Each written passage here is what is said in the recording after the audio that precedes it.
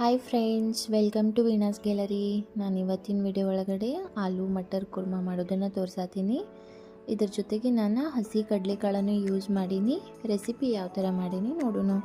ಮೊದಲು ಒಂದು ಡಬ್ರಿಗೆ ನೀರು ಹಾಕಿ ಉಪ್ಪು ಹಾಕಿ ಅದಕ್ಕೆ ಹಸಿ ವಟಾಣಿ, ಹಸಿ ಕಡಲೆಕಾಳು ಮತ್ತು ಆಲೂ ಹಾಕಿ ಬಾಯ್ಲ್ ಮಾಡೋಕ್ಕಿಟ್ಟೀನಿ.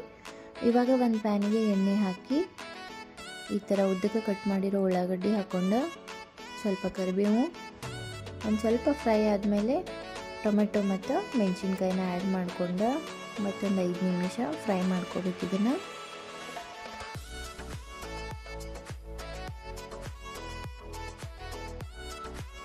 ಇವಾಗಿದು ಫ್ರೈ ಆಗೈತಿ. ಇದನ್ನು ಮಿಕ್ಸಿ ಜಾರಿಗೆ ಹಾಕ್ಕೊಂಡು ಅದ್ರ ಜೊತೆಗೆ ಹಸಿ ಕೊಬ್ಬರಿನ ಹಾಕ್ಕೊಂಡು ಮಿಕ್ಸಿ ಮಾಡಿ ಈ ಥರ ಪೇಸ್ಟ್ ರೆಡಿ ಮಾಡ್ಕೊಂಡು ಒಂದು ಪ್ಯಾನಿಗೆ ಎಣ್ಣೆ ಹಾಕಿ ಸಾಸಿವೆ, ಜೀರಿಗೆ ಮತ್ತು ಶುಂಠಿ ಬೆಳ್ಳುಳ್ಳಿ ಪೇಸ್ಟನ್ನು ಹಾಕ್ಕೊಂಡು ಈ ರುಬ್ಕೊಂಡಿರೋ ಮಸಾಲೆನ ಇದಕ್ಕೆ ಹಾಕಿ ಇದಕ್ಕೊಂದು ಸ್ವಲ್ಪ ಅರಿಶಿಣ ಪುಡಿ,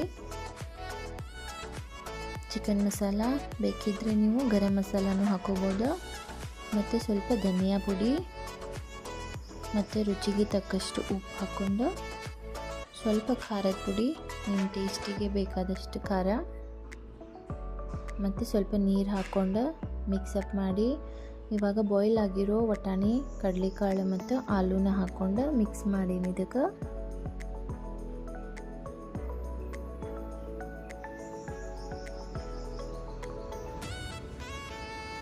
ಇದಕ್ಕೊಂದು ಸ್ವಲ್ಪ ಕೊತ್ತಂಬರಿ ಹಾಕ್ಕೊಂಡು